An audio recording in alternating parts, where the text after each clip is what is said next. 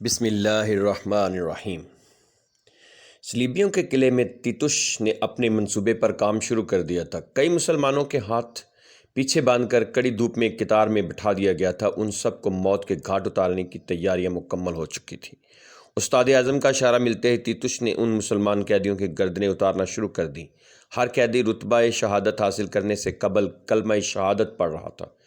مرنے والوں کے چہروں پر گہرا اطمینان تھا، جبکہ تیتوش کے چہرے پر نحوست برس رہی تھی۔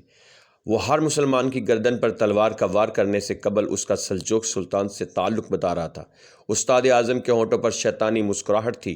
جب وہ ان کی گردنیں اتار چکا تو استاد اعظم نے اسے شاباش دی۔ شاباش تیتوش، یقیناً اب پوری مسلم دنیا ان لوگوں کا انتقام لینے کے لیے اٹھ کھڑی ہوگی۔ اور پھر باری آئی پاپا اعظم کی۔ انہیں بھی مسلمانوں کی اس یلغار کے سامنے اٹھنا پڑے گا، تیتوش نے ادب سے جھکتے ہوئے کہا۔ اسی پل قلعے کے دروازے پر گھوڑوں کی ہنہناہٹ سنتے ہی انہیں کسی کی موجودگی کا احساس ہو گیا۔ دربانوں نے دروازہ کھولا تو 3 گھڑ سوار قلعے کے دروازے کے اندر داخل ہوئے۔ انہوں نے سلجوقی سپاہیوں کی وردیاں پہن زیب تن کر رکھی تھیں۔ وہ کراتوائیگر کے سپاہی تھے۔ صاف نظر آ رہا تھا کہ وہ طویل سفر کے تھکے ہارے آئے ہیں۔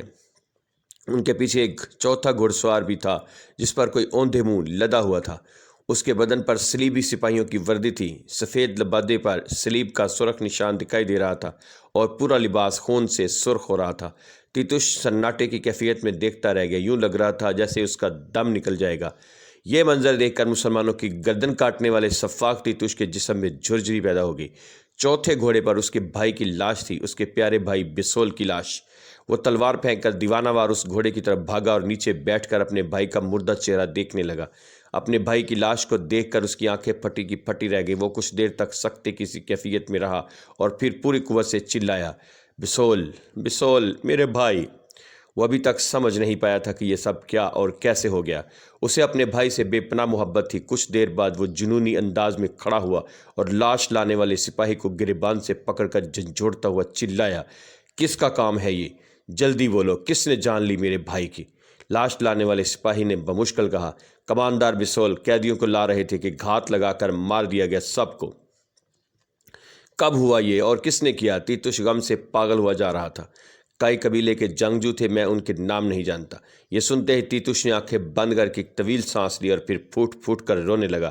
اتنی دیر میں سپاہیوں نے اس کے بھائی کی لاش کو گھوڑے سے اتار لیا تھا۔ اب وہ اپنے بھائی کی لاش سے لپٹ کر رو رہا تھا۔ بے گناہ مسلمانوں کو قتل کرنے والا تیتوش اپنے بھائی کا غم شدت سے برداشت بھی نہیں کر پا رہا تھا۔ وہ مردہ بھائی کا سر اپنے زانوں پر رکھ کر بری طرح سسکیاں لے رہا تھا۔ مجھے معاف کر دو بابا، میں بسول کی حفاظت نہیں کر سکا، مجھے معاف کر دو۔ تیتوش کی حالت دیکھ کر استاد اعظم آگے بڑھا اور اس کے کندھے پر ہاتھ رکھ کر دلاسا دینے لگا۔ دوسرے دن بسول کی آخری رسومات ادا کر دی گئیں۔ تیتوش اس کی قبر کے سامنے بیٹھا روتا رہا۔ اس کے ہاتھ میں صلیب تھی جو برسوں اس کے بھائی کے گلے میں جھولتی رہی تھی۔ استاد اعظم اور ایلونورا بھی قریب ہی سوگوار کھڑے تھے۔ کچھ دیر بعد تیتوش غصے میں کھولتے ہوئے بولا، میں وعدہ کرتا ہوں بسول، تمہاری قاتل کو موت کے گھاٹ اتارنے تک میں چین سے نہیں بیٹھوں گا۔ اس کی لاش دیکھنے تک میری تلوار میان میں واپس نہیں آئے گی۔ میں تمہارا خون رائے گا نہیں جانے دوں گا۔ بھائی، مجھے قسم ہے خداوند کی، اگر خداوند نے بھی میرا ساتھ نہ دیا تو میں شیطان سے مدد مانگوں گا۔ ایلونورا بھی سوگوار تھی۔ اس کی آنکھوں کے آنسو بھی خشک ہو چکے تھے۔ شاید وہ بھی بسول کے سوگ میں روتی رہی تھی۔ تیتوش کا غصہ دیکھ کر استاد اعظم کی آنکھوں میں ایک چمک لہرا رہی تھی۔ تیتوش غصیلے اور جوشیلے انداز میں کہہ رہا تھا، ان ترکوں کو جب تک جہنم رسید نہ کر دوں، بستر حرام ہے مجھ پر، میں ان پر قہر خداوندی بن کر ٹوٹوں گا۔ یہ وعدہ ہے تم سے میرے بھائی۔ وہ پھر سسکیاں لینے لگا۔ یہ دیکھ کر استاد اعظم نے بڑبڑاتے ہوئے کہا، خداوند اس کی قربانی کو قبول کرے۔ اسی شام کو تیتوش اپنے کمرے سے نکلا تو اس نے صلیبیوں کے مخصوص لباس کی بجائے سلجوقی حکومت کے باسیوں کے جیسا لباس زیب تن کر لیا تھا۔ وہ اپنے انتقام کی پیاس بجھانے کے لیے قلعے سے روانہ ہو رہا تھا۔ اس کی روانگی کے لیے گھوڑے اور سوار تیار تھے۔ سب نے اپنے حلیے تبدیل کر لیے تھے۔ پہلی نظر میں انہیں شناخت کرنا مشکل تھا کہ وہ سلجوقی ہیں یا مسلمانوں کے خلاف سازشیں کرنے والے صلیبی۔ ایلونورا بھی وہاں موجود تھی۔ اس نے دکھ بھرے لہجے میں کہا، جو کچھ ہوا اس کا دکھ میں بیان نہیں کر سکتی تیتوش، تم جانتے ہو کہ اس دکھ کو لفظوں میں بیان نہیں کیا جا سکتا۔ میں سمجھ سکتا ہوں ایلونورا کہ تمہاری کیا کیفیت ہے۔ تمہارا دکھ صرف میں ہی جان سکتا ہوں، کیونکہ مجھے معلوم ہے کہ تمہارے بابا کا قاتل بھی ایک مسلمان ہی تھا، انہیں بھی ایک مسلمان نے ہلاک کیا تھا۔ تیتوش نے جواب دیا، خدا تمہاری حفاظت کرے تیتوش، اپنا خیال رکھنا۔ ایلونورا نے اسے الوداع کہا۔ اسی وقت استاد اعظم بھی ان کے قریب پہنچ گیا۔ تیتوش نے دونوں سے رخصت چاہی اور گھوڑے پر سوار ہو کر اپنے ساتھیوں کے ساتھ قلعے سے باہر نکل گیا۔ استاد اعظم نے اسے قلعے کے دروازے سے باہر نکلتے دیکھ کر طویل سانس لی اور کہا، تم دیکھنا ایلونورا، اب یہ معمولی کماندار ایک بڑا سرفروش بن کر ابھرے گا، کیونکہ انتقام نہ ہو تو ایک کماندار اور معمولی سپاہی میں کوئی فرق نہیں ہوتا۔ بسول کی موت تیتوش کے لیے ایک چنگاری ثابت ہوگی جو اسے معمولی کماندار سے ایک عظیم سرفروش بنا دے گی۔ اس کے نتیجے میں یقیناً خداوند بسول کے گناہوں کو بخش دے گا۔ تیتوش آندھی اور طوفان کی رفتار سے اپنے سفر پر روانہ ہو گیا۔ وہ بغیر آرام کیے اپنی منزل کی جانب گھوڑا دوڑا رہا تھا۔ اس نے خود پر بستر حرام کر لیا تھا۔ بھائی کی موت نے اسے جیتے جی مار دیا تھا۔ جب تک وہ بھائی کے قاتل کو اپنے ہاتھوں سے قتل نہ کر دیتا اسے سکون نہیں مل سکتا تھا۔ وہ قلعے سے اکیلا نہیں نکلا تھا، اس کے ساتھ 4 سپاہی تھے۔ انہیں ساری رات سفر کر کے دن ہونے تک کراتویگر کے پاس پہنچنا تھا۔ چنانچہ وہ ساری رات اور تمام دن سفر کر کے اپنی منزل پر پہنچ گیا۔ کراتویگر کو جب تیتوش کے آنے کی اطلاع ملی تو وہ اپنی قیامگاہ کے دیوان خانے میں موجود تھا۔ تیتوش کو فوراً اس کی خدمت میں پیش کیا گیا۔ سفر کی تھکان چہرے پر لیے جب وہ اندر داخل ہوا تو کراتویگر نے اسے دیکھتے ہی عجیب سی مسکراہٹ کے ساتھ کہا، مجھے معلوم تھا کہ تم چین سے نہیں بیٹھو گے تیتوش، سیدھے میرے پاس آؤ گے اور میں تمہارا ہی انتظار کر رہا تھا۔ کراتویگر نے اسے بیٹھنے کا اشارہ کیا۔ تیتوش اس کے سامنے بچھے گدے پہ بیٹھ گیا اور اس کی طرف دیکھ کر کہنے لگا، اگر تم یہ سمجھ رہے ہو کراتویگر کہ میں ان قیدیوں کو کے لیے یہاں آیا ہوں جو تم میرے پاس بھیج رہے ہو تو تم غلطی پر ہو۔ کیوں؟ میں یہ کیوں نہیں سمجھ سکتا؟ کراتویگر چونکا۔ وہ جانتا تھا کہ تیتوش یہاں کیوں آیا، پھر بھی اس نے پوچھا، اچھا تو بتاؤ کیا ضرورت میرے پاس کھینچ لائی ہے تمہیں آج؟ اگر تم قیدیوں کے سلسلے میں نہیں آئے تو تم نے میرے بھائی کی لاش بھیج دی مگر اس کے قاتل کا نام نہیں بھیجا۔ میں یہاں اس کا نام جاننے آیا ہوں۔ بتاؤ میرے بھائی کی جان کس نے لی، کس نے اس کا خون کیا، کس نے چھینی اس کی زندگی؟ تیتوش نے اپنا غصہ برداشت کرتے ہوئے کہا، میں جانتا ہوں تم جلاد نہیں ہو تیتوش، مگر جلاد کی طرح بے چین ہو اس کا قاتل کو قتل کرنے کے لیے۔ کراتویگر نے ہنستے ہوئے کہا۔ تیتوش نے تلخی سے کہا، میں پاگل ہو چکا ہوں کراتویگر، اور دھیان رکھنا پاگل جلاد کو کچھ دکھائی نہیں دیتا، اس کی تلوار یہاں وہاں چل سکتی ہے۔ ان قیدیوں کو تمہارے جنگجو سپاہی لے جا رہے تھے تیتوش، وہ میرے سپاہی نہیں تھے جو 2-4 لڑکوں کا مقابلہ بھی نہ کر سکیں۔ تم اپنے کمزور جنگجوؤں کی ناکامی اور کمزوری کا ملبہ مجھ پر یا میری سلطنت پر ڈالنا بھی چاہو تو نہیں ڈال سکتے۔ جو کچھ ہوا اس میں میری نہیں تمہاری کمزوری ہے۔ اپنی کمزوری کو مان لو گے تو آگے کی کمزوریوں پر قابو پا سکے گے۔ تیتوش اس کی بات سن کر ایک لمحے کو چپ ہو گیا، پھر گھورتے ہوئے بولا، خوب، تو یہ ہے بات، میں سمجھ گیا تم اس قاتل کا نام اتنی آسانی سے مجھے نہیں بتاؤ گے۔ اچھا بتاؤ پھر، اس قاتل کا نام بتانے کے بدلے مجھ سے کیا لوگے؟ تم اس کا نام جان کر کیا کرو گے تیتوش؟ میں تو سمجھا تھا کہ تم مجھ سے ان قاتلوں کو مانگنے آئے ہوگے اور میں ان کو تمہارے حوالے بھی کر سکتا ہوں۔ یہ میرے لیے بہت معمولی کام ہے۔ تمہیں دوست کہا ہے میں نے، اتنا تو کہہ ہی سکتا ہوں میں دوستی۔ کراتویگر نے نرم لہجے میں مسکراتے ہوئے کہا، دوستی؟ ہم بھی پیچھے رہنے والے نہیں کراتویگر، جو ہمارے مشکل وقت پر کام آتے ہیں ہم اس کے کام آتے ہیں، ہم وقت پر کام آنے والوں کو بھولنے والے نہیں۔ تیتوش نے جواب دیا، یہ ہوئی نا بات، بہت خوب تیتوش۔ کراتویگر محفوظ ہوا، مجھے اس کا نام بتا دو۔ تیتوش نام جاننے کے لیے بے چین تھا۔ سلجوقی سلطنت کی حدود ہی میں ایک قبیلہ آباد ہے، اوغوز ترکوں کا کئی قبیلہ، اس کا سردار سلیمان شاہ ہے۔ اس کے بیٹے ارطغرل نے تمہارے بھائی کو زندہ سے مردہ بنا دیا۔ سلیمان شاہ کا بیٹا ارطغرل۔ کراتویگر نے بغور اس کی آنکھوں میں جھانکتے ہوئے نام دہرایا۔ تیتوش قاتل کا نام سنتے ہی جوش میں کھڑا ہو گیا۔ اس کا سفر رائے گاہ نہیں گیا تھا، پہلے ہی مرحلے میں وہ اپنے بھائی کے قاتل کا نام معلوم کرنے میں کامیاب ہو گیا تھا۔ کراتویگر نے اپنے کچھ لوگوں کو کئی قبیلے میں چھپا دیا تھا جنہوں نے پل پل کی خبریں اسے پہنچانا شروع کر دی تھی۔ جس وقت اس کا ایک آدمی تازہ خبر لے کر پہنچا تھا کراتویگر تیتوش کے ساتھ ہی موجود تھا۔ دربان نے مخبر کے آنے کی اطلاع دی تو کراتویگر نے نظر اٹھا کر دروازے کی طرف دیکھا اور اسے اندر بلا لیا۔ آنے والا مؤدب انداز میں چلتا ہوا کراتویگر کے قریب آیا اور اس کے کان میں کچھ سرگوشی کر کے واپس چلا گیا۔ اس کے جاتے ہی کراتویگر نے تیتوش کو مخاطب کرتے ہوئے کہا، تمہارا یہاں آنا بیکار گیا تیتوش، تمہارے بھائی کا قاتل ارطغرل اپنے قبیلے سے ایک سفر پر روانہ ہو رہا ہے۔ کیسے سفر پر؟ تیتوش نے حیرانی سے اس کی طرف دیکھا۔ وہ اپنے ساتھیوں کے ساتھ ایک مہم پر نکل رہا ہے۔ وہ لوگ کہاں جا رہے ہیں؟ تیتوش نے زہر خند لہجے میں پوچھا۔ حلب جا رہے ہیں، کراتویگر نے جواب دیا۔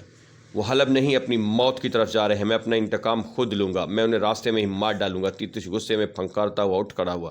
نہیں تیتوش، تم ایسا کوئی کام نہیں کرو گے، میں تمہیں اس کی اجازت نہیں دوں گا۔ کراتویگر نے اسے گھورا۔ کیوں نہیں دو گے مجھے اس کی اجازت؟ تیتوش بھی اسے آنکھیں دکھائیں۔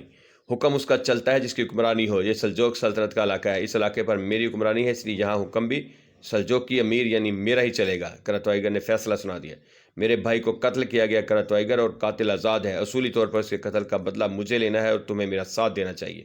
تیتوش سے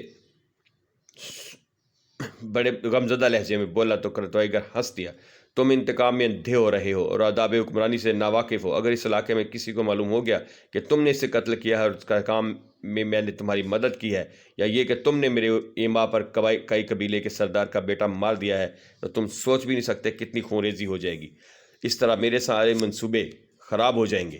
تم کو حکمرانی سوجھ رہی ہے کرتوائیگر، اور مجھے انتقام تڑپا رہا ہے۔ وہ آدمی میرے بھائی کا قاتل ہے، مجھے وہ آدمی ہر حالت میں زندہ چاہیے، اس کی جان میں اپنے ہاتھوں سے لوں گا، تو ہی مجھے سکون دلا سکے گا۔ تیتوش نے جواب دیا، تم فکر مت کرو تیتوش، جو کر رہا ہوں کرنے دو، پھر دیکھنا میں اسے بے بس بچڑے کی طرح تمہاری قربان گاہ میں پیش کر دوں گا۔ اس کے بعد کرتوائیگر نے اپنے سپاہیوں کو بلا کر انہیں کچھ ہدایات دیں اور مطمئن ہو گیا۔ وہ دن تیتوش نے کرتوائیگر کے ساتھ ہی گزارا۔ کرتوائیگر وقفے سے اسے سمجھاتا رہا کہ وہ صرف ایک دن صبر کرے، کل اس کو اچھی خبر ملے گی۔ تیتوش اس کی بات پر خاموش ہو گیا تھا، اسے بھی امید تھی کہ کل کا سورج طلوع ہونے سے پہلے اس کے بھائی کے قاتل کا سر اس کے قدموں میں ہوگا۔ ارطغرل اپنے مہمانوں کی وجہ سے کافی فکر مند تھا۔ سفر پر جانے سے قبل وہ ان کی حفاظت کا بندوبست کرنا چاہتا تھا۔ بہت سوچنے کے بعد اس نے حلیمہ اور اس کے گھر والوں کی حفاظت کی ذمہ داری دلی ضمیر کو سونپی تھی۔ اگلے صبح سویرے ارطغرل اپنے والدین سے رخصت لے کر سفر پر روانگی کے لیے تیار تھا۔ دونوں نے نیک دعاؤں کے ساتھ اپنے فرزند کو رخصت کیا تھا۔ خیمے سے کچھ فاصلے پر گلداروں نے بھی اسے گھوڑی پر سوار ہوتے دیکھ لیا تھا۔ ارطغرل کے تینوں دوستوں کے گھوڑے بھی اس کے ساتھ آ ملے تھے۔ ارطغرل کے جانے کے بعد جہاں حلیمہ بوجھی سی دکھائی دے رہی تھی، وہیں شہناز بھی اپنے شوہر گلداروں کو تیز لہجے میں اکسا رہی تھی کہ سلیمان شاہ نے اس کے ساتھ انصاف نہیں کیا۔ یہ باتیں سن کر گلداروں کے تن بدن میں آگ لگ گئی تھی۔ ارطغرل اپنے دوستوں نور گل، روشان، بابر اور الیاس فقی کے ساتھ اپنے قبیلے سے دور جا رہا تھا۔ قبیلے کی حدود سے نکلتے ہی ان کے گھوڑوں نے رفتار پکڑ لی۔ حلب جانے کا راستہ وہ نقشے کی مدد سے ذہن نشین کر چکے تھے۔ الیاس فقی کئی بار حلب جا چکا تھا۔ ارطغرل اور اس کے ساتھی قبیلے سے نکل کر ایک طویل میدانی حصہ عبور کر کے گھنے جنگل میں داخل ہو گئے۔ انہیں یہ طویل جنگل عبور کرنا تھا۔ پہلے مرحلے میں جنگل کے بعد انہیں حلب جانے والا راستہ مل گیا۔ اب ان کی راہ میں ایک دریا حال تھا۔ دریا زیادہ گہرا نہیں تھا، لیکن پانی کا بہاؤ تیز تھا۔ انہوں نے دریا کا جائزہ لیا اور پھر اللہ کا نام لے کر گھوڑے پانی میں اتار دیے۔ پار پہنچ کر وہ دریا کے ساتھ ساتھ سفر کرتے ہوئے ایک بلند ٹیلے پر پہنچ گئے۔ مزید آگے بڑھنے سے قبل انہوں نے کچھ دیر آرام کرنے کا فیصلہ کیا۔ گھوڑے بھی تھک چکے تھے، چنانچہ ارطغرل نے روشان کو آگ جلانے کی ہدایت کر دی تاکہ وہ لوگ آرام کر سکیں۔ روشان آگ جلانے کے لیے خشک لکڑیاں چننے لگا اور کچھ دیر میں آگ روشن کر دی گئی۔ باقی دوست باتوں میں مصروف ہو گئے تو ارطغرل اٹھ کر دریا کنارے آ گیا۔ اسی لمحے کسی کی سرگوشیوں کی آواز سنتے ہی ارطغرل چونک کر ایک جھاڑی کی طرف بڑھنے لگا۔ جیسے ہی وہ جھاڑی کے قریب پہنچا، وہ دیکھ کر حیران کہ وہاں پتھر پر دو لوگ بیٹھے تھے، جن میں سے ایک باریش بزرگ اور دوسرا نوجوان۔ زیادہ سفر کے تھیلے ان کے قریب ہی پڑے تھے۔ ارطغرل جھاڑیاں بور کر کے ان کے قریب پہنچا، دیکھا کہ دونوں ایک ڈرے سہمے ہرن کا پاؤں تھامے بیٹھے تھے۔ ہرن کا پاؤں زخمی تھا اور بزرگ شخص کسی ماہر طبیب کی طرح اس کے زخم کا معائنہ کر رہا تھا۔ ارطغرل وہیں رک گیا اور انہیں غور سے دیکھنے لگا۔ بزرگ نے ہرن کے پاؤں پہ کچھ لگایا اور ایک پٹی اس کے زخم پر باندھنے لگے۔ ارطغرل نے چند قدم آگے بڑھ کر انہیں سلام کیا۔ بزرگ نے اپنے کام میں مصروف رہتے ہوئے وعلیکم السلام کہا۔ کیا ہوا اس بیچارے کو؟ ارطغرل نے پوچھا۔ ہمیں اسی حال میں ملا ہے، شاید کہیں ٹکرا گیا ہوگا کسی شکاری سے بچ کر بھاگتے ہوئے۔ بزرگ نے ہرن کے پیر میں باندھی جانے والی پٹی کو گرہ لگائی اور اس کی تھوتنی کو اپنے ضعیف ہاتھوں سے اٹھا کر ایک سرداہ بھر کر بولا، چلو بیٹا اب ٹھیک ہے، جاؤ کھیلو۔ ہرن اپنے پاؤں پر چلتے ہوئے وہاں سے آگے بڑھ گیا۔ ارطغرل نے پوچھا، کہاں سے تشریف لا رہے ہیں اور کہاں جا رہے ہیں؟ بزرگ نے اس کی طرف دیکھا اور مسکراتے ہوئے جواب دیا، نہ آغاز کا علم، نہ منزل کی خبر۔ ارطغرل ان کی اس گہری بات سوچ میں پڑ گیا۔ وہ ضرور کوئی دانا درویش تھے، ایسی گہری باتیں عام لوگ نہیں کیا کرتے۔ درویش کھڑے ہو گئے اور اپنا سامان اٹھانے لگے۔ ان کے ساتھ موجود نوجوان نے زیادہ بھاری سامان اٹھا لیا۔ پھر درویش نے پوچھا، اور تم؟ ہم حلب جا رہے ہیں، ارطغرل نے بتایا۔ یہ سن کر درویش نے اس کی طرف دیکھا اور نصیحت کرنے والے انداز میں بولے، بہت سنبھل کر رہنا، درندوں کا رزق بننے سے بچنا ہوگا، اندھیرے مورچوں سے تیر آتے ہیں اور شب خون سے بچنا بیٹے۔ ارطغرل نے تفہیمی انداز میں سر ہلا دیا۔ جب وہ دونوں رخصت ہونے لگے تو ارطغرل نے ادب سے سوال کیا، کیا میں آپ کا اسم گرامی جان سکتا ہوں؟ اندلس کا ہوں، ابن العربی کہتے ہیں مجھے۔ ابن العربی نے مسکراتی نظروں سے ارطغرل کو دیکھا اور آگے بڑھ گئے۔ ارطغرل وہیں کھڑا انہیں دور تک جاتے دیکھتا رہا۔ کردوگلو سلیمان شاہ کے ایلچی کی حیثیت سے کراتائیگر سے مل کر واپس قبیلے پہنچ گیا تھا۔ سلیمان شاہ نے اس کے آتے ہی سب کو باہر بھیج دیا اور خود کردوگلو کی طرف متوجہ ہوا۔ ہاں کردوگلو، کیا بات ہوئی کراتائیگر سے؟ وہ تمہاری بات سمجھ پایا یا پھر اپنی ضد اور انا کا غلام بنا ہوا ہے؟ سردار محترم، میں نے کراتائیگر کو راضی کر لیا ہے، یوں سمجھے کہ لڑائی کا فوری خطرہ ٹل گیا ہے، وہ ہم پر حملہ نہیں کرے گا۔ مگر وہ کہتے کہتے رک گیا۔ مگر کیا؟ سلیمان شاہ نے تیزی سے پوچھا۔ مگر کراتائیگر چاہتا ہے کہ نعمان کے صحتیاب ہونے تک ہم ان کی مکمل نگرانی میں رکھیں، ان کو کہیں جانے نہ دیں، اسے خدشہ ہے کہ وہ قیدی اس کے ہاتھ سے نکل نہ جائیں اور یہ بات وہ برداشت نہیں کرے گا۔ کردوگلو نے تفصیل بتائی۔ اچھی بات ہے، کچھ اس بارے میں بتایا کراتائیگر نے کہ یہ قیدی کون ہیں اور اس کے لیے اتنے اہم کیوں ہیں؟ سلیمان شاہ نے پوچھا تو کردوگلو نے انکار میں سر ہلاتے ہوئے کہا، میں نے بہت کوشش کی کہ اس کے منہ سے کچھ اگلوا سکوں، لیکن مجھے اندازہ ہوا کہ وہ کم وقت مر جائے گا، یہ راز نہیں کھولے گا۔ مگر یہ طے ہے کہ قیدی اس کے لیے بہت خاص ہیں، وہ ان کی حوالگی کے لیے بہت بے چین دکھائی دے رہا تھا۔ یقیناً یہ کوئی بہت اہم لوگ ہیں جو خود کو عام سے تاجر ظاہر کر رہے ہیں اور ہمیں اپنی سچائی نہیں بتا رہے۔ کردوگلو نے جواب دیا، بات یہ ہے کردوگلو کہ ہم کسی مہمان کو مجبور نہیں کر سکتے، اگر وہ مناسب سمجھتا تو ہمیں اپنی اصلیت نہ بتائے۔ شاید اسی طرح وہ خود کو محفوظ سمجھتے ہوں یا انہیں خدشہ ہو کہ اگر وہ اپنی اصلیت یا اہمیت ظاہر کر دیں گے تو ان کی زندگی کو مزید خطرات لاحق ہو سکتے ہیں۔ سلیمان شاہ نے اسے سمجھایا، اگر ایسی بات ہے تو ہمیں اس صورتحال سے فائدہ اٹھانا چاہیے۔ کراتائیگر کے اہم قیدی ہمارے مہمان ہیں اور اس کے بدلے میں کوئی بڑا سیاسی فائدہ حاصل کیا جا سکتا ہے۔ کردوگلو نے سازشی لہجے میں تجویز پیش کی تو سلیمان شاہ کے چہرے پر ناگواری پھیل گئی۔ نہیں کردوگلو، یہ ہمارے قبیلے کی روایات کے خلاف ہے۔ کردوگلو فوراً چپ ہو گیا۔ اسی وقت خیمے کا پردہ اٹھا اور طبیب آغا جان اندر داخل ہوا۔ انہوں نے سینے پہ ہاتھ رکھ کر مؤدب انداز میں کہا، آپ نے مجھے یاد فرمایا حضور والا۔ سلیمان شاہ نے ان کی طرف دیکھا، اپنی جگہ سے اٹھتے ہوئے کردوگلو سے کہا، اب تم جا کر آرام کرو، میں تم سے بعد میں ملاقات کرتا ہوں۔ کردوگلو بھی سلیمان شاہ کے ساتھ ہی اٹھ کھڑا ہوا تھا، لیکن طبیب آغا جان کو دیکھتے ہی اس کے ہونٹوں پر ایک شیطانی مسکراہٹ رنگ گئی۔ سلیمان شاہ آغا جان کو لے کر خیمے کے اندرونی حصے میں چلے گئے۔ ابھی کردوگلو خیمے سے باہر نہیں نکلا تھا۔ ان دونوں کے جاتے ہی کردوگلو خیمے کے اس حصے کے قریب جا کر پردے کی آڑ میں کھڑا ہو گیا اور اندر سے ابھرنے والی آوازیں سننے لگا۔ چند لمحے بعد سلیمان شاہ کی کرب برداشت کرتی ہوئی آواز سنائی دی، آخر کب اس زخم سے نجات ملے گی آغا جان؟ مجھ سے اب تکلیف برداشت نہیں ہوتی۔ اس کے بعد آغا جان کی تسلی دیتی ہوئی آواز سنائی دی، میں پوری کوشش کر رہا ہوں میرے آقا، انشاءاللہ بہت جلد آپ کو اس تکلیف سے نجات مل جائے گی۔ یہ معمولی زخم اتنا پھیل گیا ہے کہ لگتا ہے جان لے کر رہے گا، یہ زخم میری جان کے درپے ہو گیا ہے۔ سلیمان شاہ کی بات سنتے ہی کردوگلو کے ہونٹوں پر مسکراہٹ پھیل گئی۔ جواباً آغا جانی نے تسلیہ دینے لگے کہ وہ جلد صحت یاب ہو جائیں گے۔ کردوگلو کے لیے اتنا سن لینا ہی کافی تھا۔ چنانچہ وہ احتیاط سے چلتا ہوا سلیمان شاہ کے خیمے سے باہر آ گیا۔ وہ اس راز کو جان گیا تھا کہ سلیمان شاہ کسی ایسے ناسور کا شکار ہو گئے ہیں جو بہت جلد ان کی جان لینے والا ہے۔ شہناز اور روشنی کا رویہ حلیمہ کے ساتھ کچھ اچھا نہیں تھا۔ وہ جہاں اور جب موقع ملتا اسے قبیلے پر نازل ہونے والی تمام مصیبتوں کی وجہ قرار دے کر تذلیل کرنے کی کوشش کرتی تھی۔ یہی وجہ تھی کہ حلیمہ کبھی کبھی بہت زیادہ مایوس اور دل گرفتہ ہو جاتی تھی۔ اس وقت حلیمہ اپنے بابا اور شہیر کے ساتھ خیمے میں موجود تھی۔ وہ سب باتیں کر رہے تھے کہ اسی وقت خیمے کے باہر کسی کی آواز سنائی دی اور پھر اجازت ملنے پر چچا دہلی دمیر اندر داخل ہو گئے۔ انہوں نے آتے ہی سلام کے بعد نعمان صاحب کی خیریت دریافت کی اور پھر چند رسمی باتوں کے بعد دو عمدہ تلواریں نعمان صاحب کے بستر کے قریب رکھتے ہوئے حلیمہ سے مخاطب ہوئے، ان تلواروں کو رکھ لو بیٹی، ارطغرل قبیلے میں موجود نہیں ہے، اس لیے ہتھیار آپ کے پاس ہونا ضروری ہے تاکہ بوقت ضرورت اپنی حفاظت کر سکیں۔ کیا ہمیں یہاں کوئی خطرہ ہے چچا دمیر؟ حلیمہ نے ادب سے پوچھا۔ خطرہ تو کوئی نہیں بیٹی، لیکن اپنی حفاظت کرنا ضروری ہے۔ ارطغرل میرے لیے بیٹوں کی طرح ہے، اگر وہ مجھے کوئی کام کہے تو میں انکار نہیں کر سکتا۔ آپ لوگوں کی حفاظت کی ذمہ داری مجھے سونپی گئی ہے اور میں اس سلسلے میں آپ کو آگاہ کرنے آیا ہوں کہ پریشان مت ہونا، میں یہاں موجود ہوں۔ چچا دہلی دمیر نے اپنی بات پوری کی اور مزید کچھ کہے بغیر خاموشی سے باہر نکل گئے۔ ان کی باتوں سے نعمان اور حلیمہ کو پریشانی لاحق ہو گئی۔ چنانچہ نعمان نے اسی رات وہاں سے کوچ کرنے کا فیصلہ کیا۔ وہ قبیلے والوں کے لیے کسی پریشانی کا باعث نہیں بننا چاہتا تھا۔ یہی وجہ تھی کہ انہوں نے حلیمہ کو کہہ دیا تھا کہ آج رات سے یہاں سے روانگی کے لیے گھوڑوں اور دیگر ضروری اشیاء کا بندوبست کر لے۔ آدھی رات کا وقت تھا۔ حلیمہ اپنے بھائی شہیر کے ساتھ خیمے سے باہر گئی ہوئی تھی تاکہ سفر کے لیے گھوڑے تیار کر سکیں۔ کافی دیر بعد جب دونوں واپس لوٹے تو تمام تیاریاں مکمل ہو چکی تھیں۔ بابا جلدی کرے، ہمیں اسی وقت یہاں سے نکلنا ہے۔ وہ اپنی چیزیں سمیٹتے ہوئے بولی۔ کیا گھوڑوں کا انتظام ہو گیا ہے؟ نعمان نے چونک کر پوچھا۔ جی ہاں، باہر کوئی محافظ بھی موجود نہیں، میں نے راستہ دیکھ لیا ہے، ہم آسانی سے قبیلہ چھوڑ سکتے ہیں۔ جب وہ لوگ تیاری میں مصروف تھے تو خیمے سے کچھ فاصلے پر چند نقاب پوش موجود تھے۔ وہ سب اندھیرے کا حصہ معلوم ہو رہے تھے۔ ان کی قیادت کردوگلو کر رہا تھا اور دھیمی آواز میں انہیں ہدایت دے رہا تھا۔ کردوگلوں کا اشارہ ملتے ہی وہ نقابپوش تیزی سے مہمانوں کے خیمے کی طرف بڑھنے لگے۔ ان کے جاتے ہی کردوگلو ایک سمت میں جا کر اندھیرے میں گم ہو گیا۔ اس کا کام ختم ہو چکا تھا، اب اس مقام پر دیکھا جانا اس کے لیے خطرے کا باعث بن سکتا تھا۔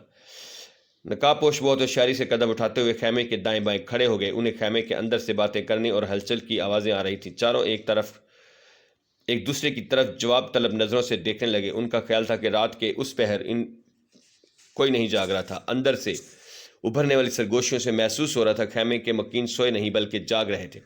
خیمے کے اندر حلیمہ اور شہیر یہاں سے نکلنے کی تیاری پوری کر چکے تھے۔ اب وہ دونوں نعمان کو سہارا دے کر کھڑا کرنے کی کوشش کر رہے تھے کہ اسی لمحے پردہ ہٹا اور ایک نقابپوش اندر آ گیا۔ اس کے ہاتھ میں خنجر تھا۔ اس مسلح آدمی کو دیکھتے ہی وہ تینوں گھبرا گئے تھے۔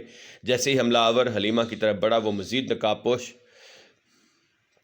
دو مزید نقابپوش خیمے میں داخل ہو گئے۔ انہوں نے آتے ہی نعمان اور شہیر پر حملہ کر دیا۔ اسی دوران حلیمہ نے ہاتھ میں پکڑا ہوا تکیہ اٹھا کر نقابپوش کے ہاتھ پر دے مارا، جس سے خنجر گرفت سے نکل کر دور جا گرا۔ اس نقابپوش نے اپنا ہاتھ گھما کر حلیمہ کے چہرے پر دے مارا اور وہ الٹ کر نیچے گر گئی۔ شہیر چھوٹا ہونے کے باوجود ایک حملہ آور سے مقابلہ کر رہا تھا۔ وہ اپنے بابا کو حملہ آور سے بچانے کی کوشش کر رہا تھا۔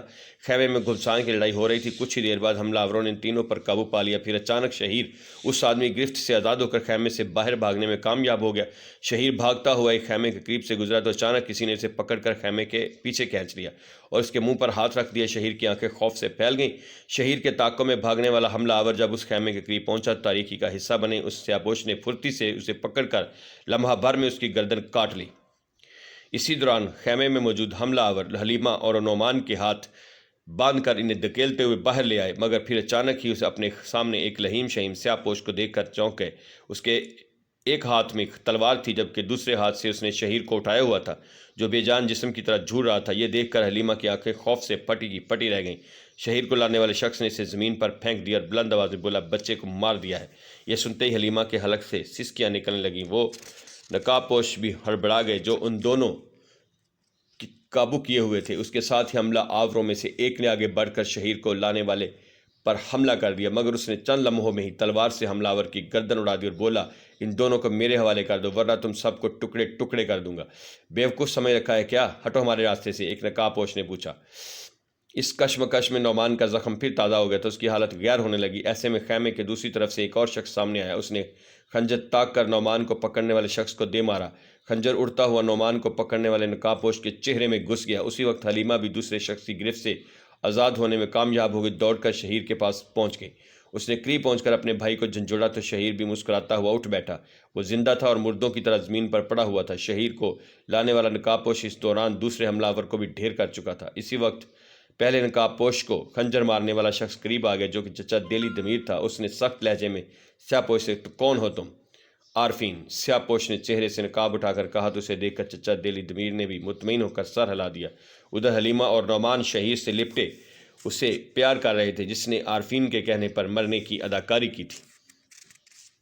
ارطغرل ایک درخت کے قریب لیٹا ہوا تھا۔ روشنی اور جانوروں سے بچنے کے لیے انہوں نے آگ بھی روشن کر رکھی تھی۔ آگ کے قریب ہی روشان، نورگل، الیاس، فقی اور بابر لیٹے ہوئے تھے۔ اسی وقت ارطغرل کو عجیب سا محسوس ہوا۔ وہ اٹھ کر بیٹھ گیا اور چونک کر ادھر ادھر دیکھنے لگا۔ آگ کی روشنی اور آسمان پر چاند کی چاندنی میں اطراف کا منظر صاف دکھائی دے رہا تھا، مگر کوئی غیر معمولی بات محسوس نہ ہوئی۔ وہ کچھ دیر سن گن لینے کی کوشش کرتا رہا اور پھر مطمئن ہو کر لیٹ گیا۔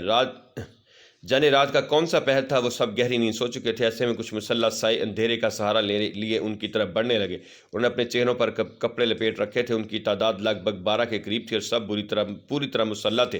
وہ خاموشی سے چلتے ہوئے پڑاؤ کے قریب پہنچ گئے اور خاموشی سے ماحول کا جائزہ لینے لگے۔ تمام مسافر گہری نیند سو رہے تھے۔ نقابپوش مسلح افراد نے آنکھوں میں ایک دوسرے کی طرف دیکھا۔ پھر ان میں سے ایک نقابپوش نے چمکتا ہوا خنجر نکال لیا۔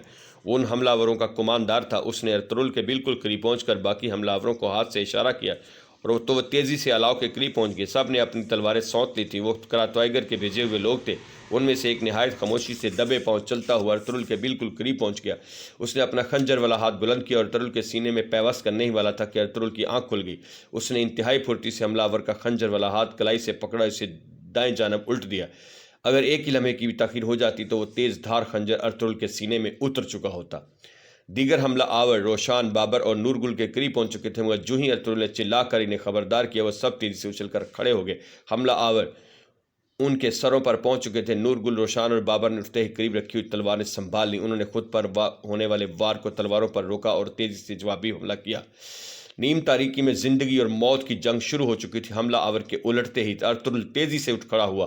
اسے تلوار اٹھانے کا موقع نہ مل سکا تو اس نے الاؤ میں جلتی ہوئی لکڑی اٹھا لی اور دوسرے حملہ آور کا وار روک کر لکڑی کا جلتا ہوا حصہ اس کے منہ پر دے مارا۔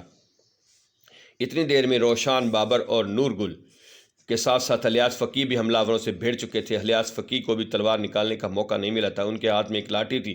جلدی سب نے اپنی اپنی تلواریں نکال لی۔ حملہ آور تعداد میں ان سے زیادہ تھے، ایسے میں ارطغرل کی نظر دور ایک نقاب پوش پر پڑی جو تیر کمان لیے کھڑا تھا۔ اس نے تیر کھینچ کر شست باندھ رکھی تھی۔ ارطغرل نے تیر کی سمت دیکھا اور اس کا نشانہ نور گل تھا۔ ارطغرل نے وقت ضائع کیے بغیر چلا کر کے نور گل بچو! ساتھ ہی ارطغرل نے ہاتھ میں موجود جلتی ہوئی لکڑی تیر انداز کی طرف پھینک دی، لیکن اس وقت وہ تیر چھوڑ چکا تھا۔ ارطغرل کی آواز سن کر نور گل پلٹا، مگر سمجھ نہیں آیا کہ اسے کیوں آواز دی گئی۔ اگلے ہی لمحے سنسناتا ہوا تیر اس کے بازو میں گھس گیا۔ نور گل کے الگ سے ایک چیخ نکلی اور وہ لڑکھڑا کر پیچھے گر گیا، مگر فوراً ہی سنبھل کر دوبارہ اٹھ گیا۔ جب ارطغرل نے دیکھا کہ زخمی نور گل کو لڑنے میں دشواری ہو رہی تو وہ لپک کر اس کے سامنے آ کر دیوانہ وار تلوار چلانے لگا۔ کچھ ہی دیر بعد تمام حملہ آوروں کا صفایا ہو گیا۔ ایک دو حملہ آور جو گھوڑوں پر سوار تھے اپنی جان بچا کر بھاگ نکلنے میں کامیاب ہو گئے تھے۔ آخری حملہ آور کے مرتے ہی سب نور گل کے گرد جمع ہو گئے تھے۔ نور گل زخمی تھا، وہ بری طرح ہانپ رہا تھا۔ تیر اس کے بازو میں اندر تک گھسا ہوا تھا اور بازو کی جلد کے پاس سے ٹوٹ گیا تھا، جسے نکالنا ضروری تھا۔ اس جگہ پر مزید قیام کرنا خطرے سے خالی نہیں تھا۔ جلد بازی میں تیر نکالنے سے زخم خراب ہونے کا بھی اندیشہ، چنانچہ فیصلہ کیا گیا تیر کسی اور مقام پر جا کر نکالا جائے۔ روشان نے سامان سمیٹنا شروع کر دیا تھا۔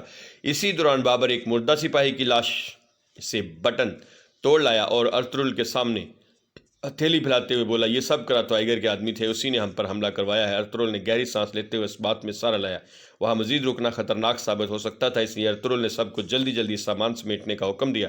کچھ دیر بعد ہی وہ سب وہاں سے روانہ ہو چکے تھے۔ ٹائیگر کے وہ آدمی جو ارطغرل پر حملہ کے دوران اپنی جان بچا کر بھاگنے میں کامیاب ہو گئے تھے، دوسرے دن صبح سویرے واپس پہنچنے میں کامیاب ہو گئے۔ اس وقت تیتوش اور ٹائیگر ناشتے میں مصروف تھے کہ بچ جانے والے دونوں سپاہیوں نے انہیں یہ خبر سنا دی کہ ارطغرل اس کے ساتھیوں نے ان کے سارے آدمی مار دیے اور ان کا حملہ ناکام بنا دیا۔ یہ سنتے ہی ٹائیگر کا منہ غصے سے لال ہو گیا۔ تیتوش کے تن بدن میں آگ لگ گئی تھی۔ وہ غصے سے گرجتے ہوئے بولا، ٹائیگر تم نے سب کچھ برباد کر دیا، کیا فائدہ ہوا؟ افسوس وہ ہمارے ہاتھ سے نکل گئے۔ اس نے پہلے تمہارے اور پھر میرے آدمیوں کو گاجر مولی کی طرح کاٹ ڈالا۔ اس کا مطلب ہے تیتوش کہ ہم نے ارطغرل کی طاقت کا غلط اندازہ لگایا تھا۔ ٹائیگر نے غصے سے کانپتی آواز میں کہا، آج کے بعد تم مجھ پر کوئی حکم چلانے کی کوشش مت کرنا ٹائیگر۔ اب جو کچھ بھی کروں گا میں کروں گا اور تم جیسے کمزور آدمی پر کچھ نہیں چھوڑوں گا۔ تیتوش کی اس بات سے ٹائیگر کو سخت توہین کا احساس ہوا۔ اس نے گررا کر جواب دیا، نہیں تیتوش، میرے علاقے میں یہ ناممکن ہے کہ تم یہاں میری مرضی کے بغیر کچھ نہیں کر سکتے۔ کیوں نہیں کر سکتا؟ تیتوش بھی ڈٹ گیا۔ اگر سلطان علاؤالدین کو اس بات کی بھنک بھی پڑ گئی تو تمہیں اندازہ ہے کہ ہمارا سارا منصوبہ چوپٹ ہو جائے گا۔ ٹائیگر نے وجہ بتائی، بکواس مت کرو تم نے مجھے یقین دلایا تھا کہ سب سنبھال لو گے، لیکن کیا ہوا؟ دیکھ لیا اپنی حماقت کا نتیجہ۔ ارطغرل نکل گیا میرے ہاتھ سے۔ نہیں، اب میں کچھ بھی تم پر نہیں چھوڑ سکتا۔ اس معاملے میں جو بھی کروں گا خود کروں گا۔ تیتوش کا لہجہ ایسا تھا کہ ٹائیگر غصے سے کانپنے لگا۔ اس نے سخت لہجے میں دیکھو تیتوش، میں نے تمہیں ہمیشہ خوش آمدید کہا ہے اور ہر طرح تمہارے کام آئے، لیکن ایک بات یاد رکھنا، اگر تم نے میرے علاقے میں کسی گردن کاٹنے کی کوشش کی تو اس کا انجام اچھا نہیں ہوگا۔ تم میرے علاقے میں کسی کو قتل نہیں کر سکتے۔ ٹھیک ہے، تمہارے علاقے میں نہیں کر سکتا۔ اور حلب میں؟ تیتوش نے کچھ سوچ کر کہا تو ٹائیگر اس کی طرف دیکھنے لگا۔ تیتوش کے قریب آ کر نفرت امیز لہجے بولا، تم کیا ہمیں سب کمزور سمجھ رہے ہو ٹائیگر؟ نہیں، کان کھول کر سن لو، مسلمان دنیا کے کسی بھی علاقے میں ان کے مقابلے میں ہمارے ہاتھ بہت لمبے ہیں۔ تمام اسلامی علاقوں میں ہمارے آدمی موجود ہیں۔ بکواس مت کرو۔ ٹائیگر کے چہرے کے عضلات کانپنے لگے۔ کیا کہا؟ بکواس نہ کرو؟ تو سنو ٹائیگر، اگر تم استاد اعظم کے کتے نہ ہوتے تو بہت پہلے کتے کی موت مارے جا چکے ہوتے۔ تیتوش نے ترکی بترکی جواب دیا اور نفرت سے ٹائیگر کی طرف دیکھ کر خاموشی سے باہر نکل گیا۔ باقی رات انہوں نے گھوڑوں پر ہی گزاری۔ ایک گھوڑے پر نور گل کو بٹھا دیا گیا تھا، اس کی حالت بہت خراب تھی، تیر کا ٹکڑا ابھی تک اس کے بازو میں پیوست تھا۔ چلتے چلتے دن نکل آیا تھا، مسلسل جاگنے اور سخت لڑائی کی وجہ سے سب کی حالت گرگو تھی، مگر وہ مسلسل چلتے جا رہے تھے۔ پھر ایک مقام پر سست روی سے بہنے والا دریا پار کرنے کے بعد ارطغرل نے آواز دی، روشان، بابر، ہمیں یہیں رکیں گے، نور گل کو احتیاط سے نیچے اتار لو۔ ارطغرل نے اپنی گھوڑی روک دی۔ روشان اور بابر نے لپک کر نور گل کو گھوڑے سے اتار لیا۔ الیاس فقی بھی اپنے گھوڑے سے نیچے آ گئے۔ نور گل کو دریا کے قریب ایک درخت کے نیچے لٹا دیا گیا تھا، اس کے حلق سے برابر کراہیں خارج ہو رہی تھیں، بازو میں درد بڑھتا جا رہا تھا۔ بابر، جلدی لکڑیاں اکٹھی کرو اور آگ جلاؤ۔ ارطغرل نے کہا، جی بھائی۔ بابر تیزی سے اطراف میں بکھری سکھی لکڑیاں اور پتے جمع کرنے لگا۔ اسی وقت انہیں قدموں کی آواز سنائی دی۔ الیاس فقی نے چونک کر دیکھا، ایک درویش صورت بوڑھا شخص اور اس کا ساتھی چلتے ہوئے ان کی طرف آ رہے تھے۔ الیاس نے ارطغرل کو آواز دے کر خبردار کر دیا۔ ارطغرل نے چونک کر دیکھا تو وہ ابن العربی ان کا ساتھی تھا، وہی ابن العربی جو انہیں جنگل میں ہرن کے زخم پر پٹی باندھتے ہوئے ملے تھے۔ انہوں نے کمال شفقت سے ارطغرل کو کچھ نصیحتیں بھی کی تھیں۔ ابن العربی نے قریب آتے ہی سوال کیا، کیا ہو گیا بیٹا؟ ہم پر حملہ ہوا ہے، ارطغرل نے کہا۔ ابن العربی نے نورگل کی طرف دیکھا اور اپنا سامان اتار کر تیزی سے اس کے قریب جا کر بیٹھ گئے۔ انہوں نے اس کا بازو تھام لیا جس میں تیر بہوس تھا۔ ہاتھ لگاتے ہی نورگل کے الگ سے کراہ نکل گئی۔ اس کا پورا ہاتھ سوج چکا تھا اور وہ درد ناقابل برداشت ہوتا جا رہا تھا۔ میں نے کہا تھا نا، یہ بہت سنبھل کر سفر کرنا، اندھیروں سے تیر آتے ہیں۔ ارطغرل کچھ نہ بولا۔ اس نے الیاس فقیہ کی طرف دیکھا، وہ بھی حیرانی سے کبھی ابن العربی کبھی ارطغرل کی طرف دیکھ رہے تھے۔ ابن العربی کا ساتھی فوراً اپنا تھیلا کھولنے لگا۔ اس نے تھیلے میں سے ایک بوتل نکال کر ابن العربی کی طرف بڑھا دی۔ ابن العربی نے بوتل نورگل کو سنگھائی اور ایک لکڑی اس کے منہ میں دانتوں کے درمیان دے دی۔ درد برداشت کرنا مشکل ہوگا، اسے منہ میں ہی رکھنا۔ نورگل نے لکڑی کو دانتوں تلے دبا لیا۔ درویش آگ پر ایک خنجر گرم کرنے لگا جو بابا نے دہکائی تھی۔ جب خنجر کی نوک سرخ ہو گئی تو وہ خنجر لے کر ابن العربی کے پاس آ گیا اور ان کے ہاتھ میں دے دیا۔ ابن العربی کے ساتھ الیاس فقیہ نے بھی نورگل کو سنبھال لیا تاکہ بازو میں حرکت نہ ہو۔ پھر ابن العربی نے اس خنجر کی مدد سے نورگل کے بازو کا کچھ گوشت چیر کر تیر کا پھل باہر نکال لیا۔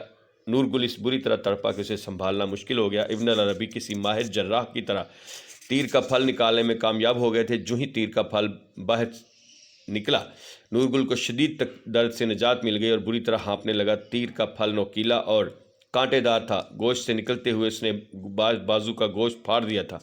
ابن العربی نے اس زخم پر اپنی بوتل میں سے نکالی ہوئی راکھ مل دی اور اس اگلے ہی لمحے خون نکلنا بند ہو گیا۔ نورگل کو اب سکون مل گیا تھا۔ باقی دن انہوں نے وہیں گزارنے کا فیصلہ کیا اور شام تک آرام کرتے رہے۔ ابن العربی اور ان کا درویش ساتھی بھی وہیں ٹھہر گئے۔ اندھیرا پھیلنے سے قبل ہی انہوں نے ایک ہرن شکار کر لیا اور پھر قریبی آگ دہکا کر گوشت بھوننے کے دوران باتیں کرنے لگے۔ اس موقع پر تفصیلی تعارف بھی ہوا۔ ارطغرل نے اپنے بارے میں بتایا۔ اس کے بعد ابن عربی نے اپنا تعارف کروایا تو وہ برسوں پہلے اندلس چھوڑ چکے تھے اور کبھی واپس پلٹ کر نہیں گئے۔ کیا میں پوچھ سکتا ہوں کہ کس وجہ سے آپ نے اپنا وطن چھوڑ دیا؟ اس لیے دیار مارا پھر رہا ہوں کہ اللہ کا پیغام اس دنیا میں پھیلے۔ حلب کس مقصد سے جا رہے ہیں؟ ابن عربی نے دریافت کیا۔ العزیز کے پاس ایلچی بن کر جا رہے ہیں، ارطغرل نے جواب دیا۔ مگر لگتا نہیں کہ ہم وہاں پہنچیں گے، بابر نے درمیان میں مداخلت کی۔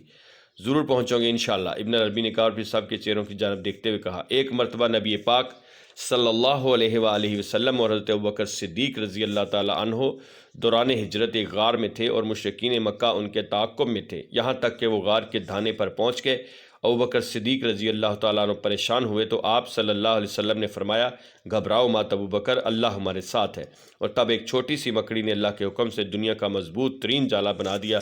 ہمیں حکم ہے کہ بیٹا ہم ہر حال میں اللہ کو یاد رکھیں۔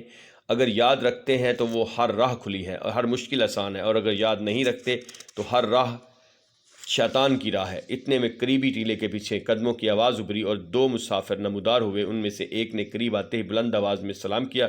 دونوں مسافروں نے ترکوں جیسا دیہاتی لباس پہن رکھا تھا۔ ارطغرل نے سلام کا جواب اسی طرح بلند آواز میں دیا۔ ابن العربی نے بھی دھیرے سے زیر لب سلام کا جواب دیا تھا۔ آنے والوں میں سے ایک نے کہا، آگ جلتی دیکھ کر آ گئے ہیں، اس طرح کچھ دیر بیٹھ سکتے ہیں یہاں؟